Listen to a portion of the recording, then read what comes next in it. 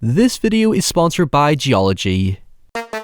So, M. Night Shyamalan dropped a new film this year called Knock at the Cabin, based on the book Cabin at the End of the World by Paul Tremblay, which you may not be aware of because, like with Old in 2021, Shyamalan was marketed as a solo visionary, somewhat undermining the roots of his inspirations. That said, the guy has an undeniably fascinating allure to him that leaves me morbidly curious to see what he does with his weird, uncanny storytelling style. I appreciate his unfiltered ambitions to be different, more so than its attitude, because just as I think he's going to hit us with something potentially unique and thought-provoking after a compelling setup, he's usually let down by his own hubris and inability to scrutinize his own creations. Look, I've said my piece on him before, so I'll be quick. The gist of my feelings is that he just tries way too hard to force profoundness and intelligence instead of just simply letting the story and characters emotionally speak for themselves. Because when he does step back and lets his movies breathe,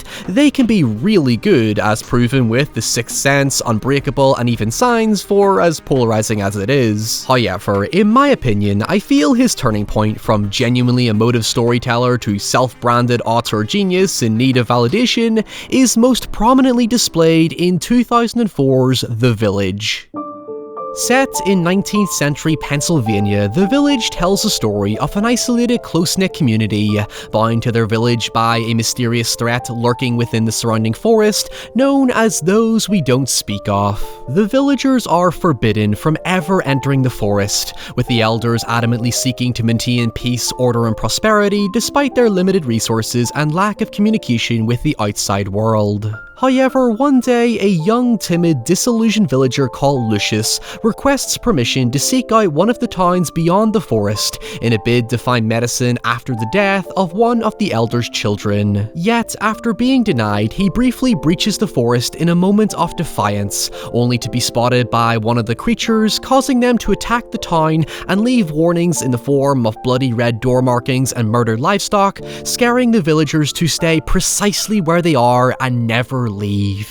Until the end, we never see what lies beyond the forest. We're told by the elders that the towns are nothing more than sinful cesspits of evil and corruption, let alone the dangerous creatures that live right outside their doorstep. It's a legitimately eerie setup that eventually unravels into one of Shyamalan's trademark bonkers plot twists that with better writing could have made for a truly heartbreaking and provocative payoff when you take into account the delivery of its main theme of grief. The thing is, I would honestly go as far as to say that this is by far Shyamalan's best twist ending, because despite what you think of his ludicrous ideas, it is genuinely clever at recontextualizing our understanding of what the true purpose of this village ultimately is. That said, it's worth bearing in mind before anyone claims originality, the main twist was accused, and rightfully so, of being lifted straight out of a 1996 young adult novel called Running Out of Time, so it kind of puts a dent in the whole, damn, maybe Shyamalan does seriously think outside the box. Obviously, I won't spoil the big surprise until later in the video, but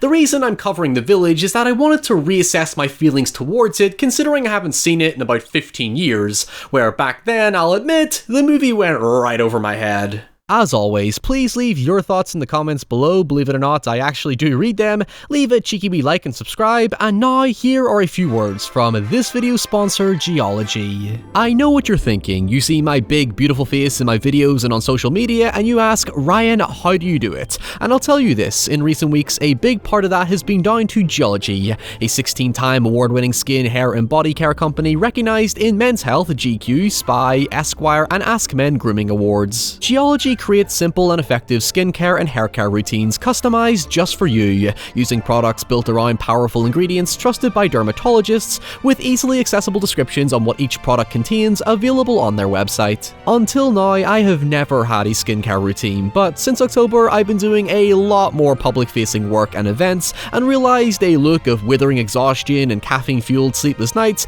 wasn't exactly the warmest appearance to greet someone with. With Geology, all I did was answer after a quick quiz about my skin and goals, and they sent me out a simple morning and night routine, specifically to tackle acne, oily skin, and dark under eyes, whilst handling my infamously sensitive skin that gets easily irritable. Simply put, it's a nice refreshing way to reinvigorate myself in the morning instead of running straight for the coffee machine, as I use their exfoliating face wash followed by a smooth, hydrating tone control cream, and end with a soft, delicate eye cream that includes just a cheeky little bit of caffeine to give my eyes a boost. With over 6,000 5-star reviews, right now you can use my code RYAN70 to get an insanely exclusive 70% off their award-winning skincare trial set, and on top of that, they're also giving you an exclusive bonus offer on one of their brand new skin, hair, and body products of your choice when you add it to your trial.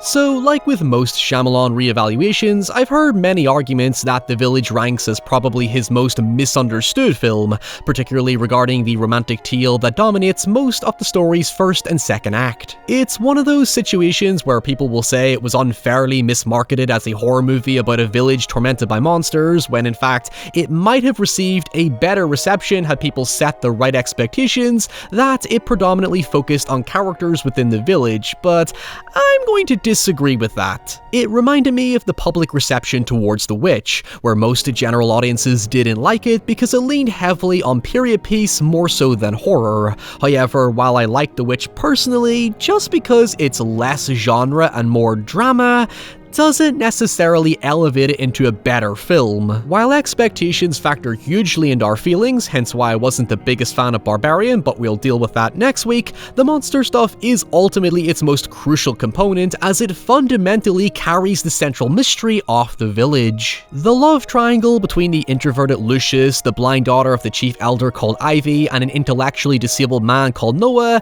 doesn't contribute a hell of a lot to our eventual understanding of what is actually going on. It doesn't help that the movie fails to fully invite us into its world to get intimately familiar with the characters and their struggles, resulting in them feeling largely underdeveloped and thus less sympathetic when we're forced to sit through their meandering affairs. I love you, Lucius.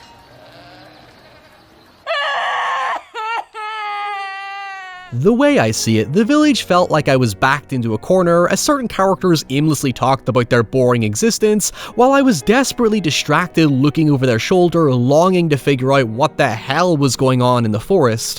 Whether you like it or not, the horror conceit is its unique selling point, and to divert attention away from it for so long takes time away from better addressing the theme of grief that opens the film. There is a deep-seated secret planted early on where Lucius questions if the elders are hiding something from the villagers, given their ambiguous assertion about not leaving the village because of how seemingly dangerous and evil this unseen outside world is. There's a palpable tension that something isn't quite right. There's a delicate, softly beautiful tone set by composer James Newton Howard, which rightfully received an Academy Award nomination, that's shadowed by a potent melancholy. Loneliness and discontent loom over the village, insinuating this isn't the peaceful prosperity we and the villagers are led to believe. The exposition says the village was built as a beacon of hope and harmonious sanctuary, but the visual style and perpetual reminder of the forest's inhabitants indicates otherwise. Director of photography Roger Deakins digs into his Edward Hopper painterly influence to heighten that forlorn and alienated realism through distinct mid and long shot composition and an absence of colour, bar an alarming red, to convey a sense of oppression mixed with the cold autumn setting. It's so stylistically subdued, making it all the more believable, especially when the reality begins to take shape. What's done so immaculately well is conveying the villagers' perpetual ignorance. They constantly turn a blind eye away from troubles because, after all, the village is said to be perfect. Why should we question that? They effectively force a lie upon themselves to believe this is the only real place where goodness and purity can prosper, but faith and unquestioned acceptance to what they're told breeds negative consequences. There were essentially two theories building up in my head. The outside world was a post-apocalyptic wasteland, and the village truly was the only sanctuary left, akin to the ambiguity in 10 Cloverfield Lane, or what we're witnessing is a cult indicative of the likes of Jonestown, where the elders rule through fear under the illusion it's for the greater good of the people. However, to go any further involves going into spoilers, obviously, so brace yourself. Firstly, let's deal with the romance stuff, because there honestly isn't much to it. Alright, so Ivy loves Lucius, but Lucius is emotionally absent because he's dealing with some personal problems. But then OMG, would you believe it, Ivy's sister Kitty also loves Lucius and tries to profess her love to him only to be faced with crippling rejection, but it's okay, she quickly gets over it and later ends up in some arranged marriage with some other guy who recently wrote and directed a really heartbreaking film called Mass that I highly recommend. Finally, you have Noah, an intellectually disabled man who loves Ivy and gets jealous at Lucius, who's like, oh hey, hold on a minute, I didn't agree to anything here. But Noah, in a fit of rage, fucking stabs Lucius, prompting his arrest, as the elders are forced to acknowledge that the village is just as exposed to corruption as the towns they hide away from. You got all that? At times, it feels like Shyamalan wants to write a William Faulkner novel or produce some meta-American folktale about God-fearing, superstitious, family-oriented communities, but without any sincere emotional attachment to the material or adding any substance to it. It ultimately ends up being just a contrived route back to Lucius's desire to leave the village to obtain medicine,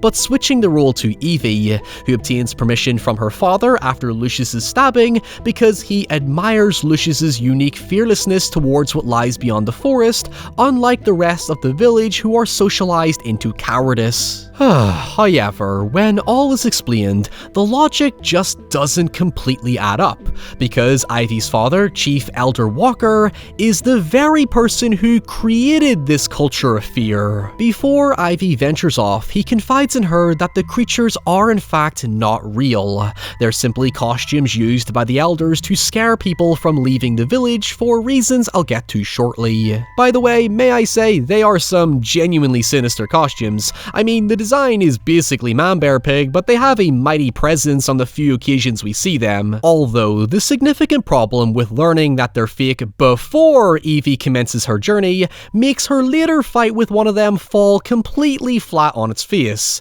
I understand the reasoning Walker shows her they're fake is so she isn't afraid while in the forest, but he also asks her to maintain the secrecy so the villagers don't leave, yet would it not be easier just to maintain it if he didn't tell her and ask the costume wearer to ignore her because she's blind, so it's not like she's going to notice? It seems like a massive oversight. By not knowing, it would make her encounter with the mysterious attacker more effective, because we would be assuming it's real only to be shocked to discover it was actually Noah wearing the costume after he escaped from detention after stabbing Lucius. I mean, it's clearly somewhat aware of this because it does try to cheat by implying that Walker based the creature on folklore, but in that case, wouldn't it not be more effective to reveal the creature to be real, because it would be like a twist within a twist, like Twistception kind of shit. It would be like that episode of The Simpsons where Homer is constantly attacked by a guy in a Grumple costume only for it to piss green blood when Homer beats it in a bar fight. What the hell is this thing? Anyway, the biggest twist comes when Ivy emerges from the forest to discover the film is actually set in the fucking present day, with the village being located deep within a private wildlife preserve owned by Elder Walker's family's estate, who even paid the government to make the area a no-fly zone so that the villagers never know the true reality of their world. In the exact words of the film, what we're watching is a total farce. In fact, Shyamalan's awkward, uncanny style indirectly helps reinforce the idea that the village is some sort of inorganic artificial roleplay. It is genuinely a cult. The ulterior motive for sending Evie for the medicine is because she won't know anything is different since she's blind, but Walker is still gambling on Evie never revealing the secret of the creatures, and when Lucius is healed, isn't he not going to just continue to defy the rules anyway? I mean, before he's stabbed, he's already calling their bluff. They would be better just letting Noah finish the job and the whole thing would be a more shocking outcome. In fact, what if Lucius fought back against the creature and overcame it? Like Walker said, he's fearless, so he's the most capable of completely exposing the whole operation, so it's actually in their favor to let Lucius die. Considering the cult has existed since the 70s, it's a really fucking weird time for Walker to grow a conscience. I know we talk about plot holes that aren't really plot holes, but this is a gaping crater of contrived logic. It could be justified as Walker finally seeing the hope he and the elders have turned their back on after many years, but it doesn't explain explore the morality behind them. In the end, everything is inconsequential. We seemingly go back to blind obedience without the characters experiencing any real change. It defeats the message the film is seemingly built on. The village was essentially created as a coping mechanism by the elders who each had lost faith in humanity after suffering from traumatic experiences such as crime placed upon themselves or those they loved. They are terrified, broken people who met in grief counseling, but instead of trying to deal with their problems in a healthy way, Walker, as an American professor, suggested returning to the days of their ancestors and living a Puritan life away from the harsh, cruel outside world. As such, they cultivated a community based on fear, grievance, and ignorance, rather on hope, prosperity, and salvation. It's all summarized in one hypocritical insight. Walker tells Ivy that his father was corrupted by greed, but at the end of the day, it's the very same greed that allowed this village to even exist. As you can see, there are many great ideas in here, but Shyamalan implements them without much cohesion or afterthought. A lot of my interpretation comes down to piecing together what I think he's trying to say, because its point is never effectively communicated. It's trying to get across a lot of stuff, making up for what is quantity over quality. Do I think we misunderstood it? No, I think we get it. It just doesn't make it all that good when we do. So, until next time, stay safe, stay away from the village, and I'll see you all very soon. Bye.